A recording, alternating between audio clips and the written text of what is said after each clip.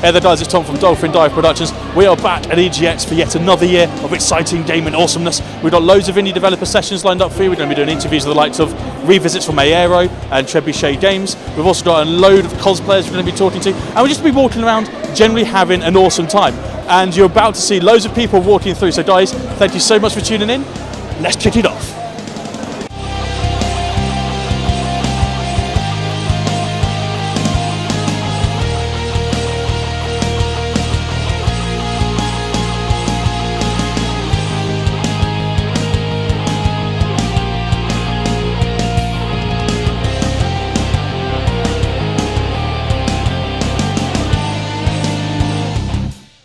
Hey there guys, it's Tom from Dolphin Dive Productions. I've got Dan here again with me from Mad Fellows Games, technical director here. We met you last year and your game Aeero really piqued our interest. Is it a similar sort of game? Will people who played it last year come to expect a similar sort of thing this year? Yeah, essentially it's exactly the same game. There's a few new mechanics in there. We've tweaked a few things and tightened things up, but yeah, it's the same experience. So when you showcased it at EGX, was there anything that people brought to your attention that you necessarily missed? Was there anything that you changed slightly based on the feedback that you got back? Yeah, there were a few subtle things. Following the ribbon mechanic, a lot of people were finding it difficult seeing where the ribbons were in the distance and things. Yeah. So we've put little indicators, subliminal. Yeah, I've noticed that. Sort of like guide people in the right direction. Yeah, which side of the wall just a ring at the beginning of it, so you can see whereabouts around the outside edge you are supposed to be. So brilliant. Just little subtle things. With regards to the combat system, I've noticed that now the sort of bring it back into the core mechanic, which is all about the music. The indicator, the way you target, is also linked into that. Was that on purpose? Was that just a happy byproduct? I mean, again, it's all designed to be in time with the music. It all works with the beat. But there were a few issues with the targeting system where we had to tighten it up, and we sort of, tightened it up, made it a lot more dynamic, and I think it plays a bit better now. It's harder than it was last year. Yes, I've noticed that. I mean, we've got it in chill out mode at the moment, which means that if you die or if you get blown up, you just come straight back. But is there like a live situation in there? The normal mode is essentially you get 3 shields. So every time you get hit, you lose a shield, and after 3, that's the end of the track, sort of thing. So that's the impetus to try not to die, obviously. But then, obviously, it's because it's an experience, and we want it to be as chilled out as possible. We put the chill out mode in, which allows you to play it, and you get hit as many times as you want, and you still get a score. So it's best of both worlds. Do you still get points though for the higher difficulty that you choose? So is that, let's say it's risky going for the high ones, you could fail. But if you go for the high difficulty, is there that reward factor as well? Because we've got normal, advanced and master difficulties, and they're all leaderboarded, and so there's a competition scale on those. So they're the ones that you'd be playing as a competitive element. And then obviously the chill out one is for more of an experience, get back from the pub, that sort of thing. Fantastic. So the blue line is still there. That's still the main goal of the game, the ribbon, the blue ribbon. How have you made that sort of like more appealing? Have you added more songs to it? Have you added more variations of songs? It's got the full track listing in there now. So brilliant. There are 15 tracks for the initial release. And the ribbon mechanic, there is a slight change to the ribbon mechanic if you're not following the ribbon. Because a lot of people weren't following the ribbon, they're sort of ignoring it. So if you're not following the ribbon, after a certain amount of time, you'll lose a shield. Oh, right, okay, that's interesting. So there is that additional mechanic, and it forces you to think about following the ribbon as well as shooting the enemies when it gets started. But the punishment's not too harsh. If you stray off it for like a second or two, you're not instantly punished. There's a grace period, so essentially the bar changes red and you've got a little skull and crossbones on the left hand side, and you can see it draining towards it, so it's sort of an indicator to get back on the ribbon. Because I realise as well that enemies are going to be flying at you as well in this, even when you're following the blue ribbon. So you want to be careful. There's a slight balance there, isn't it, between you don't want to get blown up, but at the same time you don't want to forfeit your bonus, don't you? Exactly, yeah. Well, it's been designed so that the enemies tend to be around the peripheries again.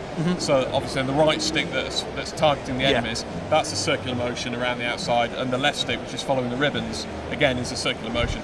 So it's the twin stick, so it sort of becomes a fluid motion. Because one of the things I noticed last year was that sometimes the enemies tended to blend into the background a little bit, and I wasn't too sure where to target.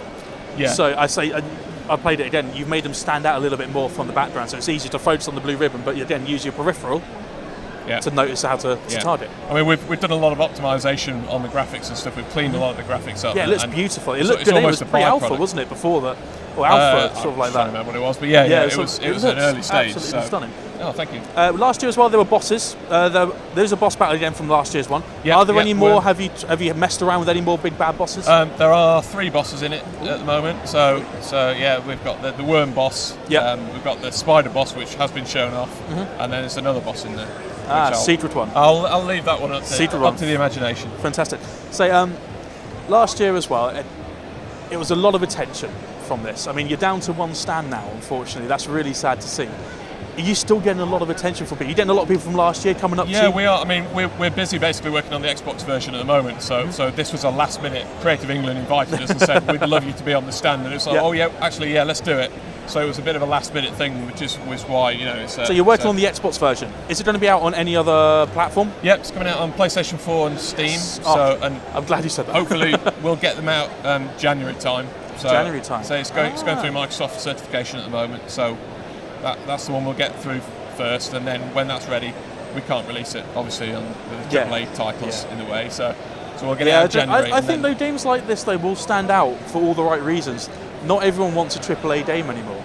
Yeah, that's the thing with the way AAA games are going. I think something like this is completely different. Really. Well, hopefully there's room for it. It's a sort of a more of a chilled out, as I say, chill out mode. It's a chilled out game, and it's sort of an experience rather than a hardcore. Yeah, fantastic. So going back to last year, how has this whole year been for you since you attended EGX? Has it been helpful? It was amazing. Yeah? Last year's EGX was such an eye-opener, because obviously when we first exhibited it, we weren't sure what the response was going to be, and we've just had so many positive comments of people following it, and we keep literally the question we keep getting asked was, we've been waiting for this for so long. I know your Twitter page. Your Twitter page is full with people going, where is this game? I want this game. Yeah, it's definitely coming very soon. And I also noticed as well, something I didn't see in the previous build. These little red dots. Dude, what are they? They're secrets. So littered around the environments, there's a set number of secrets per track. And when you find them, sometimes they'll not be obvious and they'll suddenly appear. You'll miss them the first time around. When you play it again, you'll know that they're there and you can collect them and essentially build up. You get achievements. So if you get all of them in one level, do you unlock something special unique to that level? Or not necessarily, no, but you will unlock an achievement. So is that for like Microsoft and trophies and stuff? Exactly, that sort of brilliant. thing. So that was going to be my next question, is like what keeps bringing the player back?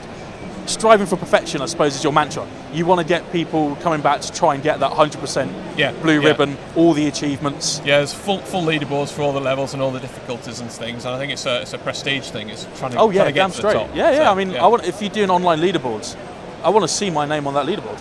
Exactly. I want to be top of the top.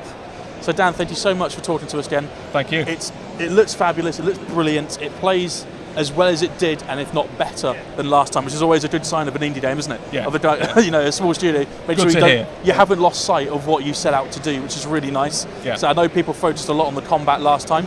You've tweaked it, but you've kept the music, you kept that dubstep, that heavy beat at the core of your gameplay, and I think that's what's going to stand you out from the rest, definitely. So thank you so much for taking your time to talk to us, and hopefully this will be as beneficial as the last one. Yeah.